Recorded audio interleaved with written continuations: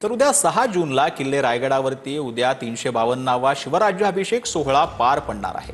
शिवराज्याभिषेक सोहळ्यासाठी राज्यभरातून शिवभक्त जे आहेत ते मोठ्या संख्येने रायगडावरती दाखल झालेले आहेत। विशेष म्हणजे आदल्या दिवशीपासूनच किल्ल्यावरती शिवभक्तांची अलोट गर्दी पाहायला मिळते।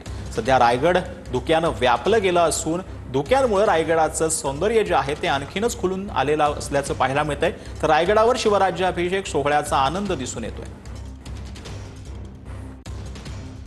आपण पाहतोय सध्या आम्ही उभा आहे राजदरबाराच्या पाठीमागे। माझ्यासोबत काही शिवप्रेमी आहेत, आपण त्यांच्याशी बोलूया।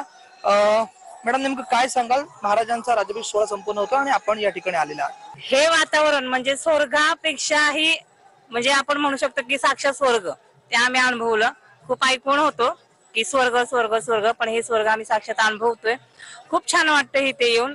आपण या ठिकाणी पाहू शकता राजदरबाराचा हा मागचा परिसर आहे। कशा पद्धतीमध्ये टेंट या ठिकाणी केले आहेत आणि टेंट करून शिवप्रेमी जे ते आदल्या दिवशीच या ठिकाणी राहण्यासाठी आलेले आहेत। धुक्याचं या ठिकाणी वातावरण आहे। एकंदरीत संपूर्ण गडावरती धुक्याचं माहोल जे आहे ते साचलेलं आहे। संपूर्ण जागोजागी धुकं दिसत आहे आणि त्यामध्येच हे जे शिवप्रेमी आहेत या गडावरती या ठिकाणी वास्तव्यासाठी आलेत।